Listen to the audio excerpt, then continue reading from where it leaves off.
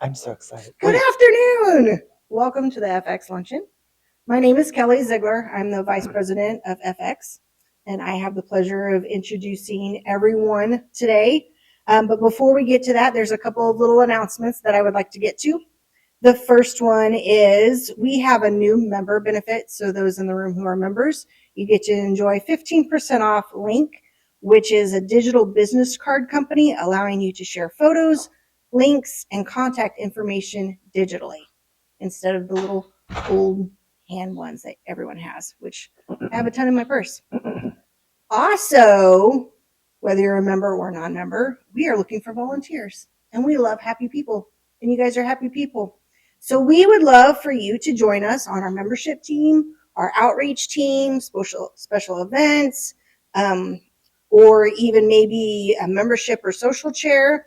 And we're always looking for members on our committees. So if you want to just donate a little bit of time, maybe on this committee and that committee, or just one, whichever you choose, we have options. So if you want to volunteer, you can see me afterwards, or you can email info@fxofkc.com. Yes, I have 2 pages of notes. We have a couple of events coming up. The first one is October 4th, which is next week. It's How to Win at the Portfolio Showcase. It's via Zoom. It's free for members and non-members. Our speaker will be Julie Cortez, who is the founder of FX, and she will be walking through how to put your table together for the Portfolio Showcase if you plan on attending. If you plan on attending the Portfolio Showcase, it's open to members and non-members. All are welcome.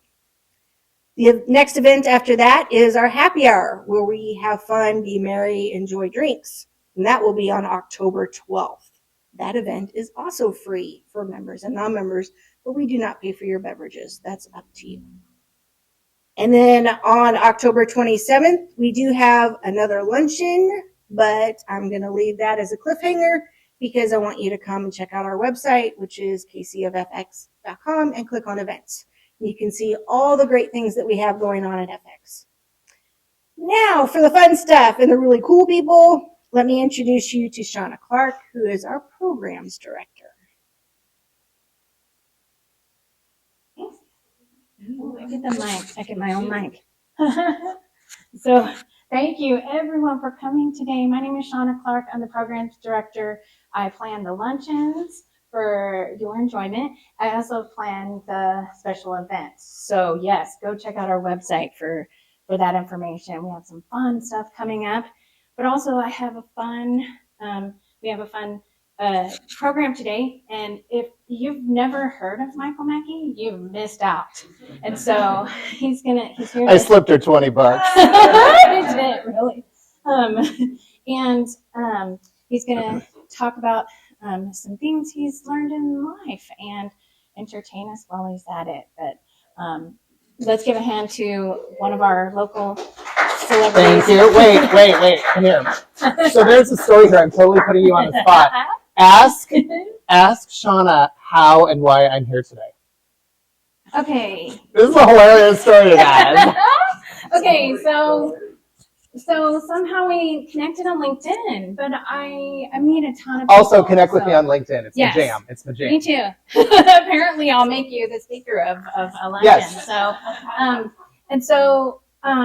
I was actually thought I was messaging someone else.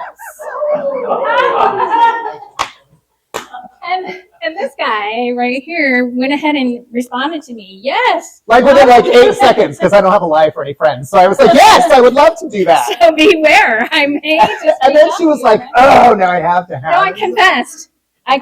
She was like, I did not mean to email you. Let's email another Michael Mackie. We'll see you next month. Yeah. It was Will Mackie. Is who I was trying to. Oh, I'm way more fun. I know. So. This is going to be great. Thank God I'm here. Well, I'm so tickled that you guys all came today. It's been a minute since I've given a speech. And the reason why I know that it's been a minute is because I actually went out of my way to put on my sprinkle on hair today so you guys would not see my bald spot. So I just want you to know that it really takes a village. So you guys mean so much to me that I put fake sprinkle on hair on myself today. So there's that. My story starts, as many of my stories do. I was headed for a spa weekend. And yes, because spa weekends. And I was on a journey to go to St. Louis to see some friends for a lovely, basically a girls' weekend out. And I had gotten into St. Louis. I was in a hotel in St. Louis because the festivities were supposed to start on Friday. And I still had some work to do on Thursday. And no harm, no foul. I got all my stuff done, went to bed like I normally do. And then I woke up the next morning, you guys. And I was like, oh, I am the flu. Like, I felt worse than I'd ever felt in my entire life. And I could not, for the life of me, figure out what it was. Like, it definitely felt like the flu. I was nauseous. I had a pounding headache. Everything was like getting so much more difficult to do as the morning progressed. I was like, well, you know what? I am just going to forge on. Nope. Everything kept getting worse as the morning progressed. Like, just getting out of bed and taking a shower was laborious, and making coffee. So I was definitely on the struggle bus to do everything, and my headache was getting worse and my nausea was getting worse. And so I thought, well, you know what? I'm just going to lay back down and do some work on my computer.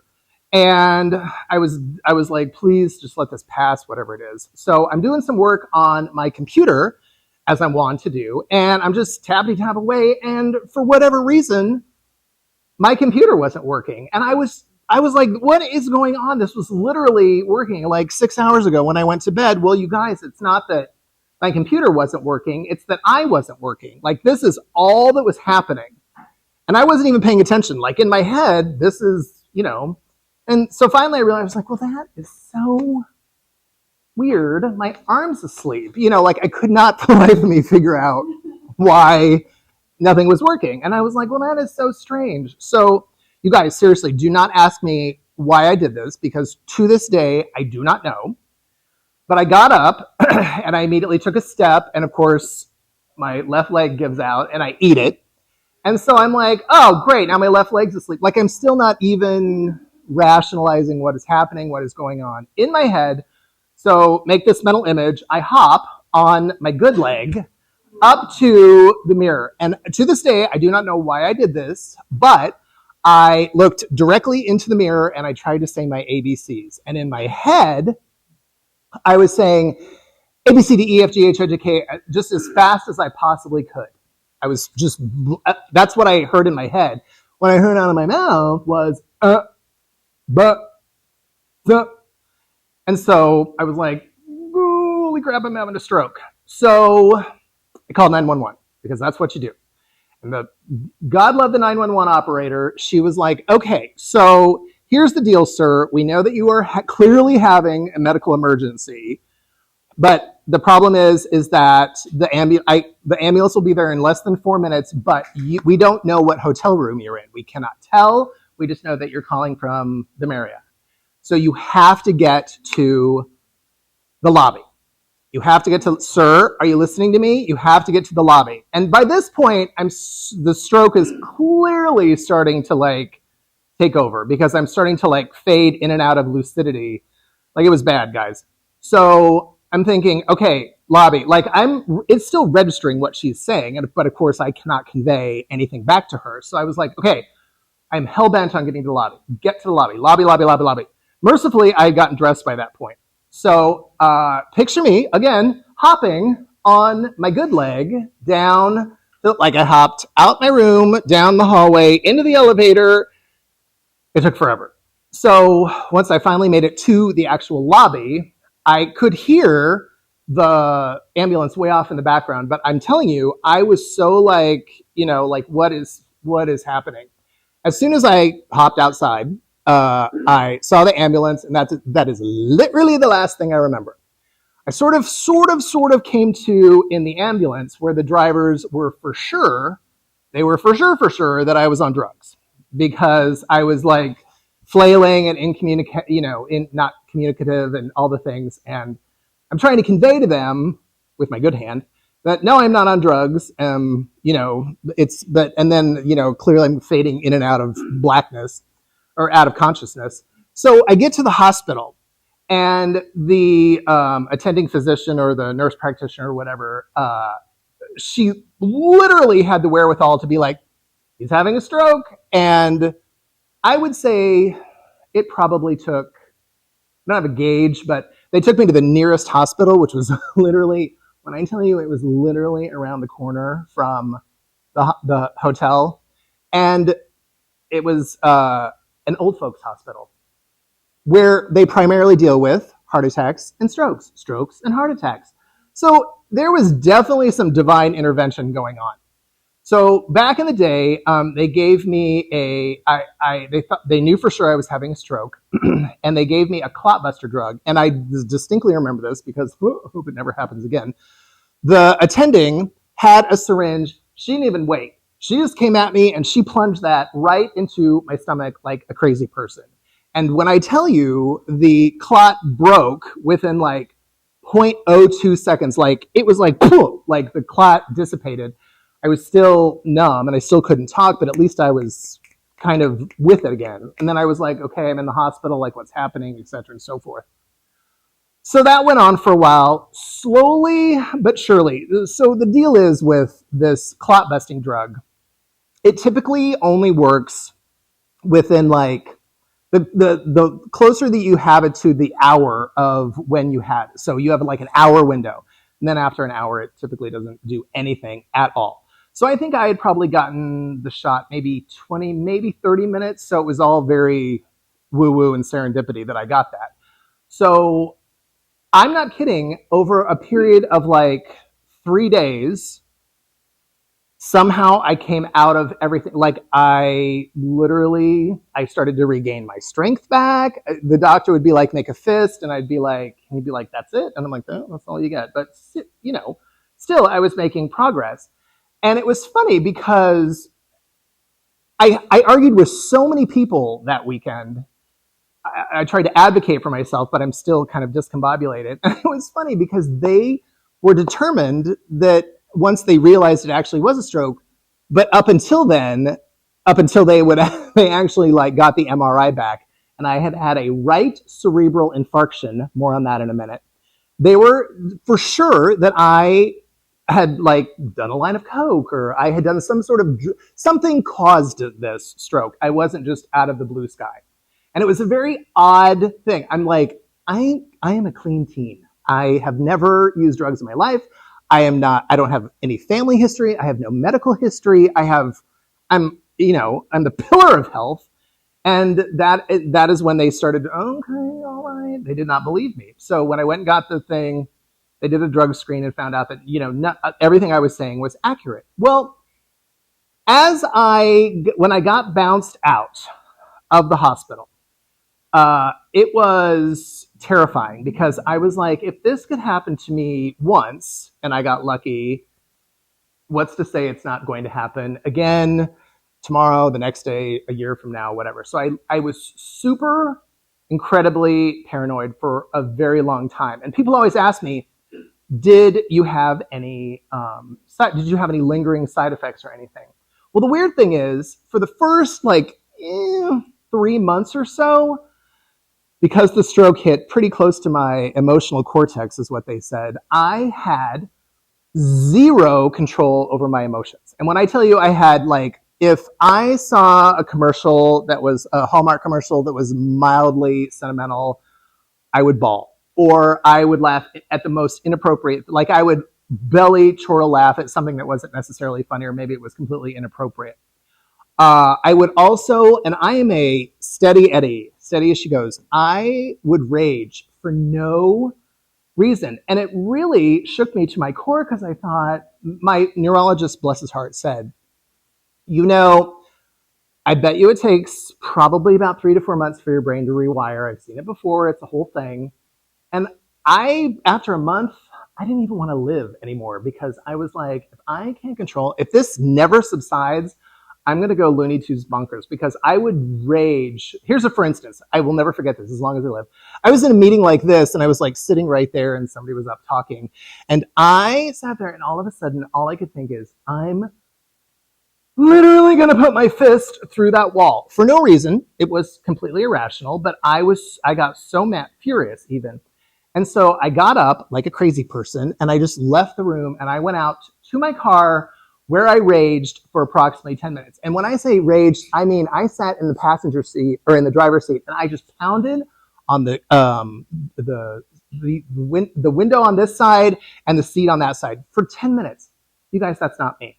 So I became I went into a funk. And sure enough, he was right. I just held on to that like 3 months window that for some reason it would sort of my brain would start to rewire itself. And sure enough, it did. Hallelujah. So I also vowed that when I got out of the hospital, I was in the hospital for 3 days and I got bounced out on May 21st. And on May 22nd, I vowed that I was not going to say no to anything for 1 year. It was going to be my year of yes, because up until that point, I was starting to kind of dip my toe in the midlife crisis brigade. Like I was starting to just phone in life and everything was just, I was just going through the motions of just living my life. And I thought, you guys, I almost died. I almost keeled over and died. And had I gone back to bed, which is what I was really thinking I was going to do, I would not be here. I'm sure I would be completely debilitated or dead because the stroke would have taken over. And a right cerebral infarction is a medium-sized, they call it a medium-sized stroke. So my year of yes, once I put that out into the universe, Facebook had just sort of come online. And so I sort of announced it to the world that, unless it was an illegal activity, I was going to say no to nothing because I realized I'd been saying no to so many things for so long, it was ridiculous. Like, it didn't matter what it was. I'd be like, no, I'm good. That was just ingrained in my essence. So once my friends found out that nugget, they started asking me, they were like, hey, do you want to go whitewater rafting? And instantly I'd be like, no, are you out of your... Yes, I'll go. Or, hey, we're going skydiving this weekend. Do you want to go? And I was like, no, I don't. Yes, I'd love to. So everything got more ridiculous, let's say. So one of my friends, he lives in Germany where he is, I don't know how or why or when, but he's like the Anderson Cooper of Germany. And he called and said, hey, I'm glad you're alive, whatever words. And what are you doing next weekend? And I said, nothing, why? And he goes, well, why don't you fly over to Berlin for the weekend and we'll hang out? And I was like, I'm not going to fly. Who flies to Berlin for the weekend? I'm not a fly to Berlin. Oh, God. Yes. And so you guys, with like 6 days notice, I booked like a $3,000 flight to Berlin for the weekend and just went. You guys, I had the best. I can't even tell you what an amazing time I had. And that just goes to show you that, again, not to beat a dead horse, but saying no gets you nowhere. And that is why people practice that mantra when they are in an improv class or when they're doing any sort of improv. Because when somebody says something like, hey, do you want to go to the grocery store? And you say no, that shuts the whole conversation down. Yes gives the person to work with. Okay, well, we need to get the following things at the grocery store and whatever. So if you ever find yourself up in front of an improv class for any reason or on an improv stage, just say yes. Just say yes to everything because that's what makes the wheels spin and turn and keep going. So, like I said, it got completely ridiculous. And my friends, Romans and countrymen, started asking the most inane, I can't even tell you how ridiculous things got. Like if whitewater rafting and a trip to Berlin weren't enough, then they got just downright crazy. And so I realized how much kind of I had missed over the last 5 years just by saying no. And so that truly changed how I lived my life and what was going on. And so I started being a little bit more daring. I started going out for auditions that I would never normally do, or I started pitching myself for things that I was never in a million years thought I would be up for or would even have a chance of getting. And one of those things, it was really funny, one of those things parlayed into Halls, the department store, Hallmark called me out of the ether and said, hey, do you want to come and audition to be our new spokesperson for a fashion line that we're doing? And I was like, okay, I'm not super fashionable, but yes, I would love to, thinking, so they're crazy. You guys, I got it. Like, I was the spokesperson for a hall. I don't remember the name of it, but I cannot, for the life of me, put names and faces together ever, never. Thank God you're all wearing name tags, because I think the world should always wear name tags, because it would be so much more helpful to me. And I was talking about this. I sometimes fill in on Dana and Parks on the radio. And I was on Dana and Parks this week, and I was kind of talking about my stroke journey. And Dana was laughing because she goes, you got nothing. You can't remember names. And I go, not only like, if I see Shauna 3 weeks from today, I'm going to be like, I know her, but there's going to be zero registry. I'm not even going to be like, Shelly, Shaniqua, there's not even going to be an S. It's just going to be like, hey. So just so we're clear, and just so you know, if I call you anything but your name, which will probably happen, it's because I have no idea who you are. I know that I know you, but I've gotten to be so good by saying, Senator, it doesn't matter, Sunshine, hey Sunshine, hey girl, hey Governor. It doesn't matter. I am so quick with the one-liners that people don't know. So that has been literally the only thing. The stroke scrambled name face recognition. There's actually a technical term for that. It's actually a medical condition. I don't know if Brad Pitt has a stroke, but whatever. And yes, I would probably recognize Brad Pitt if he walked in here. But here's for instance, when Julie was walking down the hallway, I literally had to go, and Julie and I have been friends for 100 years. I literally had to go, Julie, please tell me that's Julie. No offense to you. I love you. You know I love you more than my luggage. And then as she got closer, I was like, okay, thank God, Julie Burton.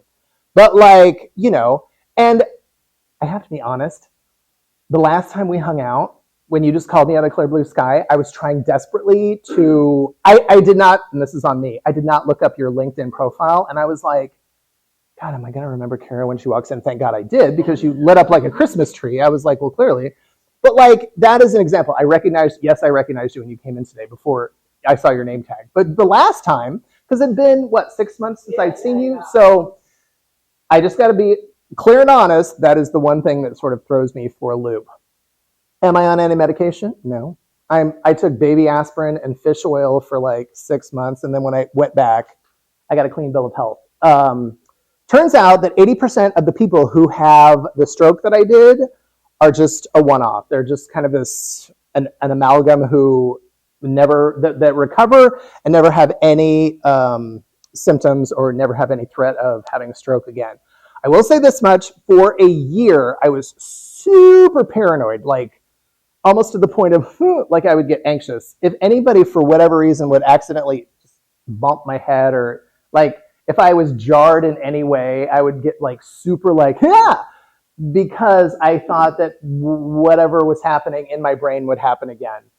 The only person, and when I tell you the only person who touched my head for a year was my stylist. And even then I was like, don't touch my head.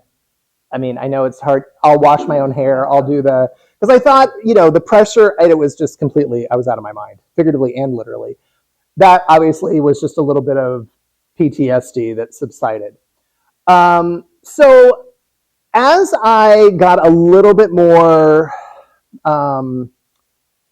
I want to say courageous. I'll say that. That's a good word. As I got a little bit more courageous in my journey, I started doing some completely wackadoo, off-the-wall things that I would have never done before. Like I said, I would go out for these auditions. I would sign up for stuff. I would take creative writing classes, and I, truly consider myself to be the world's best writer. But no, I'm not. There's always room to learn. And I started going back to school. I started taking, I took, don't ask me why, because somebody asked me. I took a sign language class. Hey, I'm taking a sign language class at JoCo. Do you want to go? And I was like, no. All right. So I'm completely fluid in nothing. I learned nothing over that 6 month period. And there is I will tell you, we're in mixed company right now, but if you want to know the world's most offensive story and how I literally failed the class, ask me after class because it's hilarious. But I won't tell you here because it's offensive. So, and this is a family show. Amen.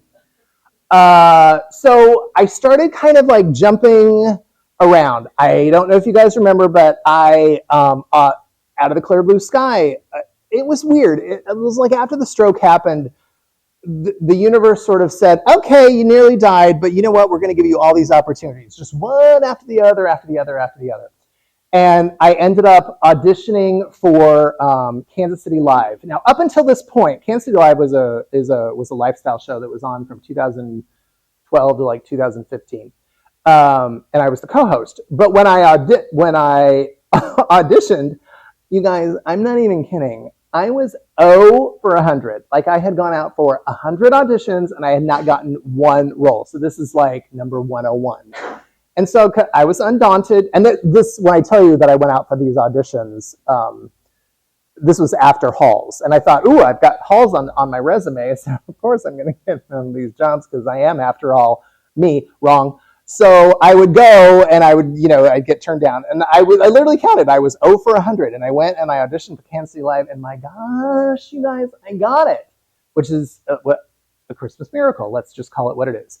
So I was on that show for a couple of years. Again, propelled me back into the spotlight. It really sort of cemented my status as a media darling or whatever. And that was 10 years ago this year. So again, those are just little reasons why I want to encourage you guys to not hesitate to do things that are uncomfortable or outside your realm of possibilities or what you think is not conceivable or attainable. Yeah, it so very much is. And you guys can do it. But if you say no, again, no, guess you're nowhere. So after I went to Kansas City Live, I went to a very weird niche pharmaceutical firm where, this sounds so odd, I found spokespeople for pharmaceutical companies. And not just spokespeople, I found the actual people like Joe Blow from Idaho who was on medication X or Y or Z. And I was given 3 months to turn him or her into a media darling. I can't even begin to tell you how much I enjoyed that job because I know what makes for good TV, or at least I would like to think I know what makes for good TV. And so I would go in, they would fly me out to Poughkeepsie or Sheboygan or wherever, it didn't matter, wherever these people were. And I had like a crash course in media training with them. And not only are these people have never been in front of a camera, not one iota of on-camera experience, most all of them had debilitating diseases on top of it. So because this pharmaceutical firm that I worked for dabbled in boutique medication. So I have people with MS, with muscular dystrophy, multiple myeloma, diabetes. So on top of me trying to get them to where they need to be, I am also dealing with their medical issues as well. This is one of those things where I gave everything I had, and I started, you can bet your bippy that I started with my stroke story because it just took everybody's mind off it. Like I was like, you know what?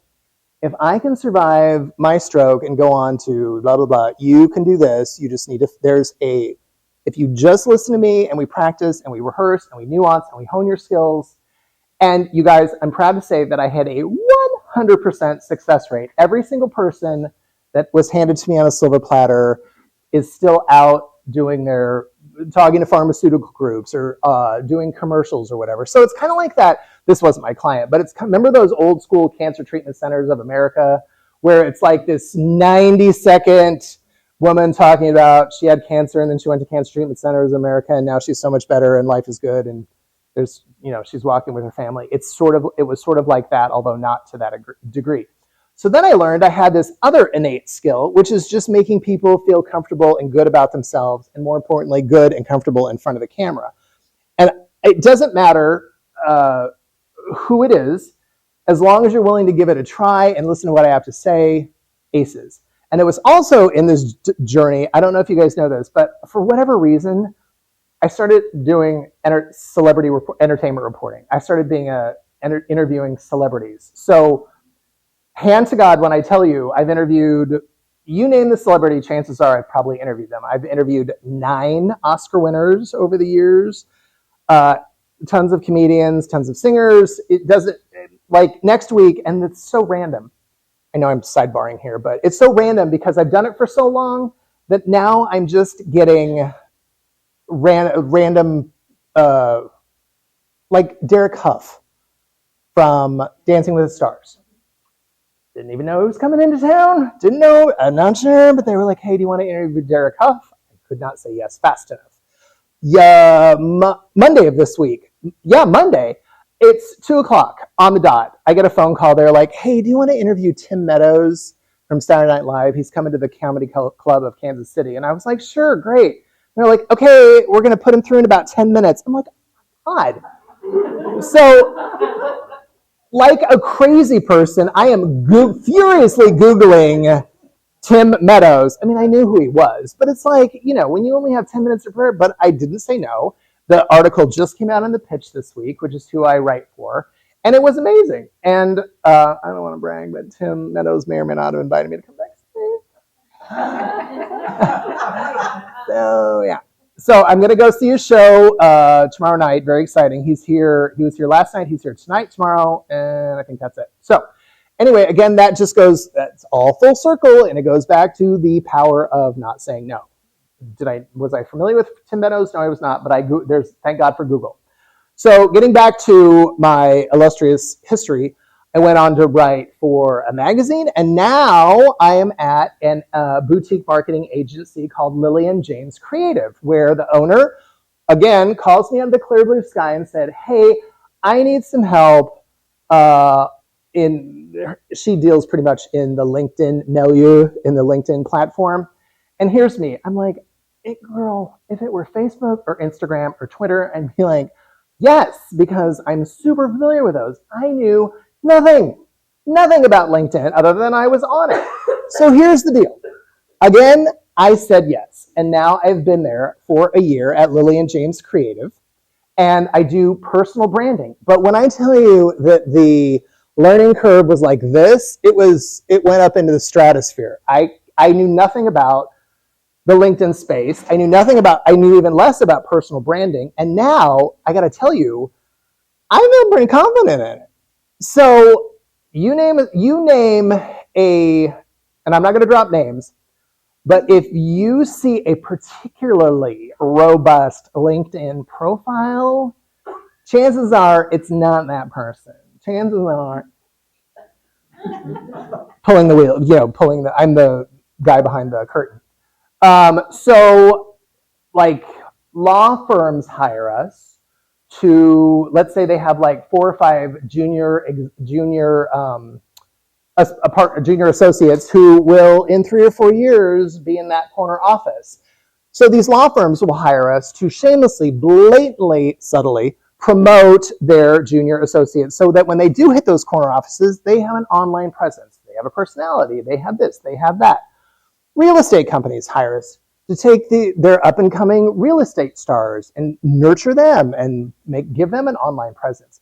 We have motivational speakers. We have chefs. We have a litany of C-suite executives who just come on board who don't necessarily want to be known for being, I don't know, the CFO of H&R Block.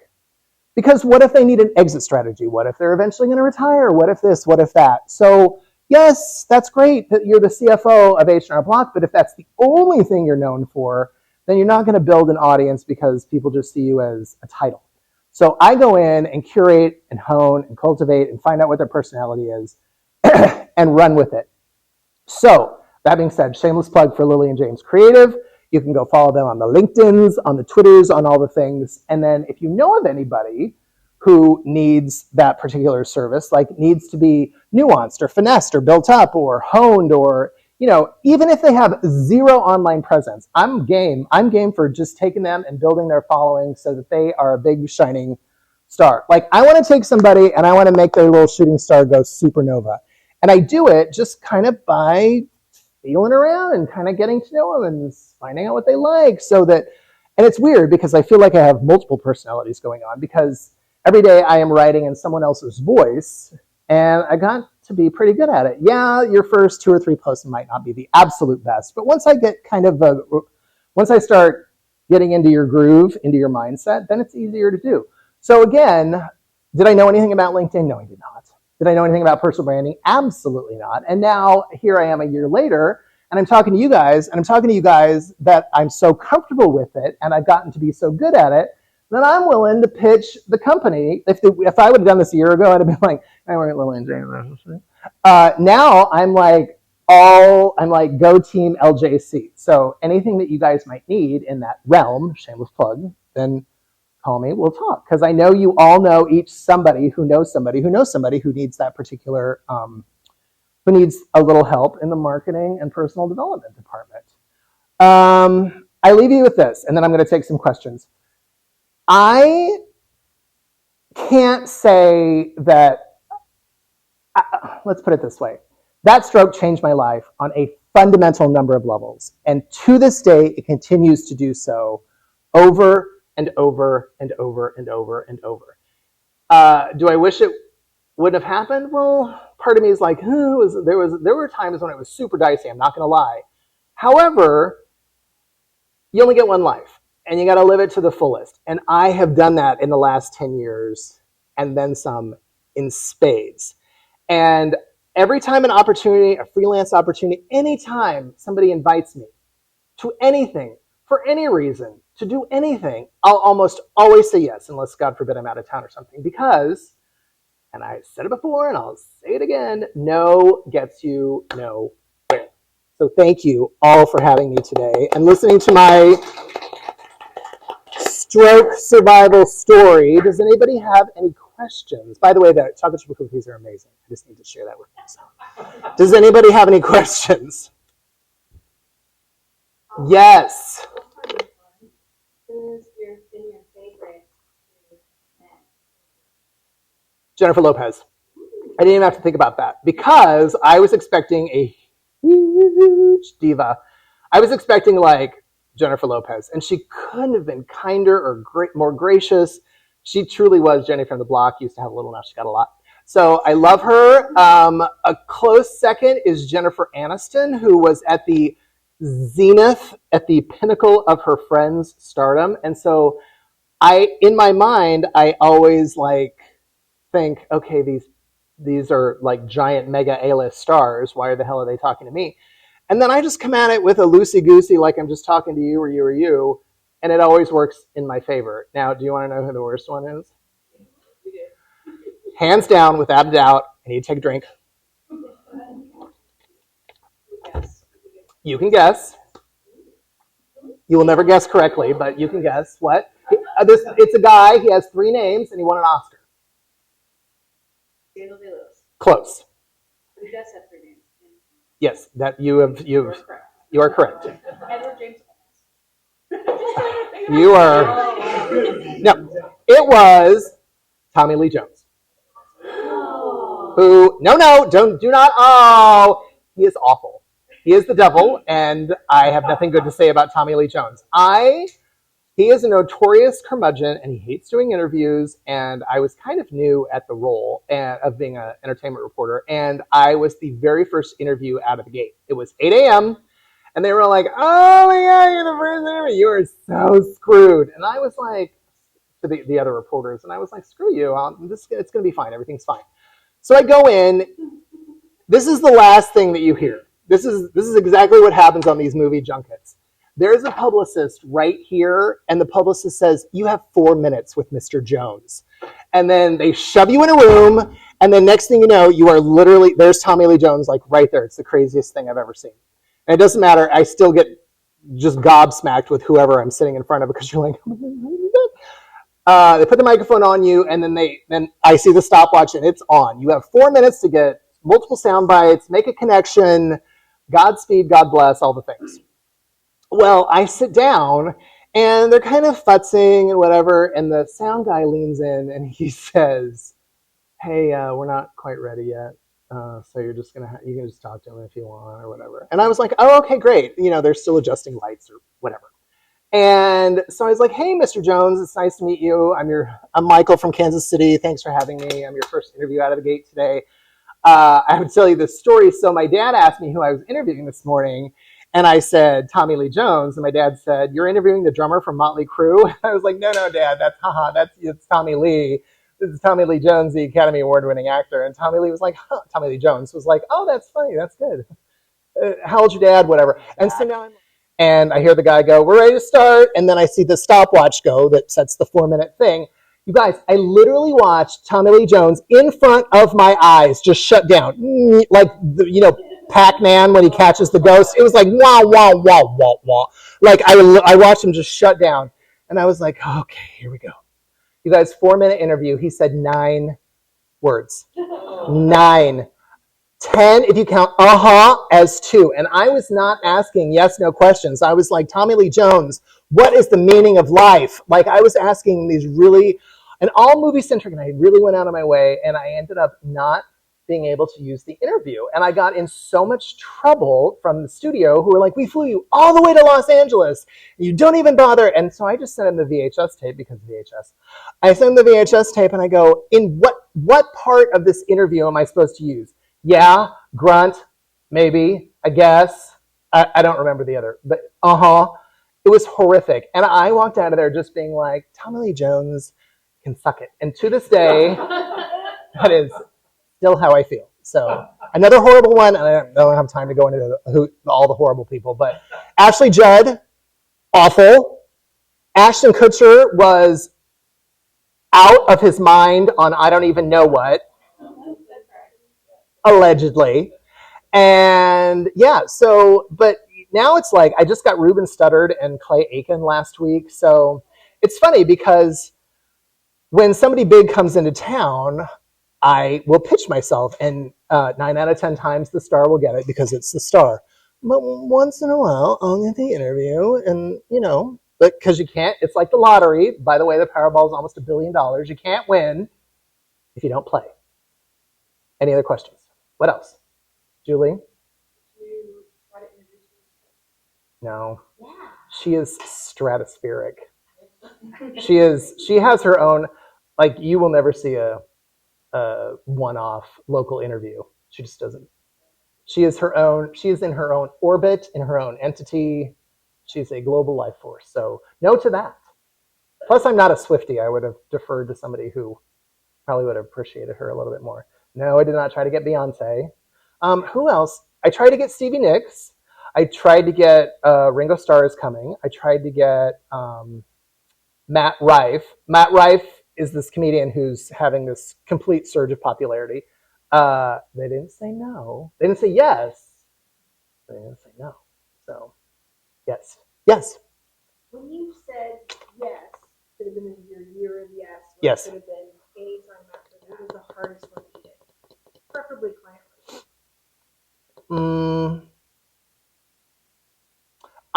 When I was doing when I was at the pharmaceutical company and I was a road warrior in 3 years, I checked off all 50 states. So when I tell you I was a road warrior, so there